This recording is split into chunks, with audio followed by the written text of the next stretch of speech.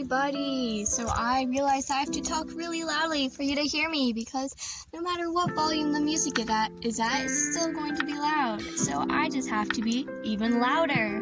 Yippee! So this is a Shota Aizawa fluff. The prompt is, the kids of class 1A decide to try and set their homeroom teacher up on a date with the new school nurse, YN. As you can tell, I figured out how to make my thing a bit custom by having what the title of this fanfic, who it's by, and the art all on the screen, and you can see it too. So, without further ado, let's get into it. Hopefully, I can actually do this right this time. I'm right by my computer, speaking as loudly as I can without my parents thinking I have gone insane. Third person point of view. The room was rather quiet. Many of the class 1A students were just relaxing on one of the few days off they had. School and training were quite demanding on the young teenagers. Why does Mr. Aizawa always look so sad and grumpy? Raka asked her group of friends. It's kind of sad. He seems lonely. I think that's just his personality, Kirishima stated as he stretched himself out over the sofa. It's no wonder that he doesn't have a girlfriend, Karo, Sue remarked with a small ribbit sound. Raka suddenly gasped loudly. I have an idea, she exclaimed, as she bounced up from her seat in the dorm commons rooms. Let's get Mr. Aizawa a girlfriend. That sounds like a great idea, Ashido backed up her friend with just as much enthusiasm. I don't know if that's such a good idea, Midoriya wavered. His personal life doesn't seem to be any of our business, Todoroki reminded the group. This is so loud. Okay! Woo! Okay. I have to talk louder because this one's a loud song. Sorry. He does so much for us, Uraka protested, and we haven't done anything in return. Yeah, we owe him, Ashido said. Come on. Hey, what's the worst that could happen? Kaminari said with a shrug. Second person point of view. Excuse me, Miss Ellen? You heard Uraka call for you as you were exiting the UA school building. You paused your walking to give her your full attention. That's my name, alright, you told the young girl with a bright smile. I could use your help with better understanding my quirk, Uraka stated a bit nervously. You tilted your head slightly. Oh, you'd want to go to a specialist for something like that, you said, knowing they didn't cover much about quirks in nursing school. Please, Uraka pleaded. You looked at her for a moment before sighing. How could you say no to that face? Alright, you caved, but didn't get to finish your sentence. Great, meet me at the coffee shop on 5th Avenue in an hour, Uraka cheered very enthusiastically. Okay, you agreed, too swept up in her excitement to do anything but that. Uraka ran off to join a group of her friends. You arrived home soon and looked at the time. You figured you had enough time to eat something and get ready as well. That's my garage. My parents are leaving. I wonder... Okay. It's gonna be a bit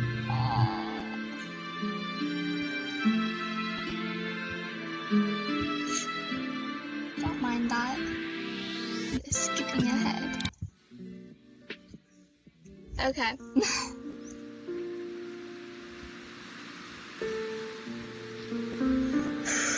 I'm sorry. You arrived home soon and looked at the time. You figured you had enough time to eat something and get ready as well. You simply changed out of your scrubs, knowing there wasn't a need to dress too nicely. You entered the coffee shop and found the short brown-haired girl already there waiting for you. She looked like she was about to bounce out of the chair she was sitting in. I hope you didn't have to wait too long, he said with a smile as he sat down across from her. No, not at all, Uraka said with a wave of her hand. But I do have to use the ladies' room, so be right back. Uraka dashed off and you sat alone at the table near the front of the rather small coffee shop. decided to order something to drink. When you finally got your favorite drink, you saw two familiar people entered the building. Miss Ellen, Midoriya said as he approached your table. He looked a little nervous, but at the same time giddy with excitement. You smiled and waved at Midoriya, as well as the man who accompanied him. By the looks of it, unwillingly. Your co-worker, Shota Aizawa, was with his young student. His long, messy black hair fell loosely around his head. Aizawa's tired, onyx-colored eyes soon met yours, and your smile had shrunken slightly under his tired gaze. What are you two doing here? You asked with a small giggle, due to the coincidence of the situation. Midoriya stuttered over his words. It's a little embarrassing. Mr. Aizawa, sir, why don't you sit with Ellen? I'll be back in a second. Teenagers are certainly odd, aren't they? You asked, trying to keep the atmosphere light and easygoing. That's one way to put it, Aizawa said in his usual uninterested tone. You didn't know your coworker too well, seeing as you had only been working at UA High for a few weeks now. However, even if you had worked there for longer, you figured Aizawa wasn't an easy person to get to know or become friends without that. You drummed your finger slightly on the side of the mug that held your drink. You were desperately trying to think of something to say before it becomes too awkward between the two of you. So, what's it like being a pro hero? You asked, the first question that popped into your mind that could possibly spur a conversation. Exhausting, he stated simply. You chuckled, half out of awkwardness and half out of pity. You really did constantly look tired. I suppose that's one thing a lot of people wouldn't realize about that line of work, he said. More to yourself than your company. You seem to be looking at something on the wall across the room. Everyone else just works 9 to 5, but I guess that's a little different with you. Yeah, Aizawa said, and a moment of silence followed. You glanced at the clock hanging on the wall. It's been almost 10 minutes since your rocker left. Now that you were thinking about it, Midoriya had been gone for a little while as well. Some more time passed, and you tried once again to strike up a conversation. The second attempt was a little more successful, but it didn't lead to a real conversation. Rather, an exchange of words. You looked at the clock again. You were starting to get worried about the two teens, because they had been gone for far too long. You were pulled out of your head by the words of the nice waitress. Can't get you two lovebirds anything? You were shocked by her assertion that you two were a couple. You stared at her confused as Aizawa coughed, seemingly choking on his own spit.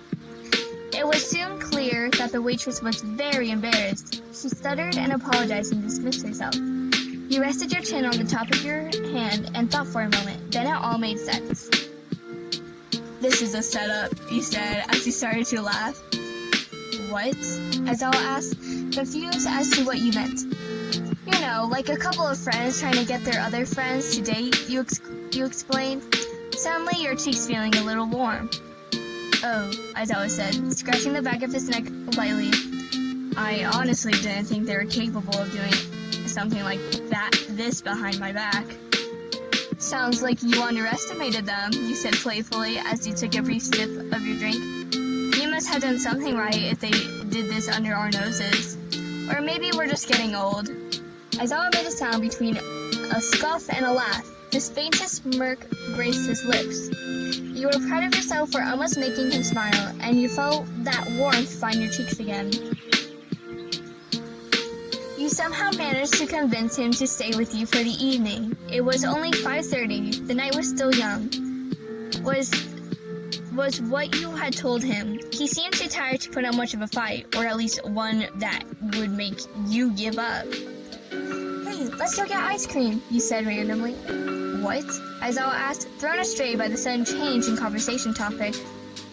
There's a car across the street in the park. I'll pay, you said as you sprung from your seat. Come on! You pulled on his sleeve slightly, and he rose to his feet. You continued to pull on his arm until you were across the street and buying 2 ice cream cones. The two of you began to walk down the street while enjoying your cold treats. Your hand hand had lost its place on his arm and was now by your side as you walked. No, the correct answer is Norwegian forest cat, but I will allow it, you said with confidence as you continued to tread the sidewalk. You said objectively the best cat breed, and I told you, Aizawa stated, challenging your position on the topic. Orange tabby is not the correct answer, Aizawa, you told him. Have you held a Norwegian forest? They're so fluffy! Sure, Aizawa said after a small scoff. I'm not wrong, you said, as you playfully and gently pushed his shoulder. He swayed to the side and you had a grin on your face. You could see a very faint smile playing on your companion's face. You didn't know why, but you liked it. The way his hair would ever so slightly sway when he would take a step, the light scruff he always had, his dark eyes, and even the darker circles around under them. You liked it a lot. It was only then that you noticed how the sun was set and it was getting late. It's late. I should probably head home, you sighed. Do you want me to walk you home? Aizawa asked. Yeah, that'd be... You nod your head and pause with a small chuckle bubbling up in your throat. That'd be nice. And so you started on the path to your apartment building. It wasn't a very long walk, but you enjoyed your conversations after the initial awkwardness faded away. You found it really easy to talk to him. Soon enough, you were at the doorstep of your apartment building. I'm sorry, I just cracked my neck. Thank you, Aizawa, he said genuinely. You hesitated, fearing if you went through with it, you'd be rejected. You cleared your throat and took a small step closer. I really had fun tonight, you stated, and would you like to do it again sometime? I'd like that, Aizawa said. Yeah, so maybe tomorrow night, you suggested. Sounds great, Aizawa agreed as he put his hands in his pockets. Great, you said with a big grin. You chuckled and turned around to walk up to the door. When you grabbed the doorknob, you stopped. You felt a surge of confidence and turned right around. You ran up to Aizawa and put your hand on his shoulder. You kissed his cheek gently and felt a warm blush spread over your face. See you tomorrow. He smiled. I'm just gonna pause the music so that way you can actually hear me clearly because I'm backing away from the computer because my neck hurts. But I hope you enjoyed this. I tried. Hopefully this worked because this is my second time recording this. Because last time the music was too loud for the entire recording. I did some tests and I found that the music's always loud no matter what volume you put it at. So I just have to talk loudly. I just hit my knee. So, I hope you all have a great day. And yeah, I will see you all next time. Goodbye.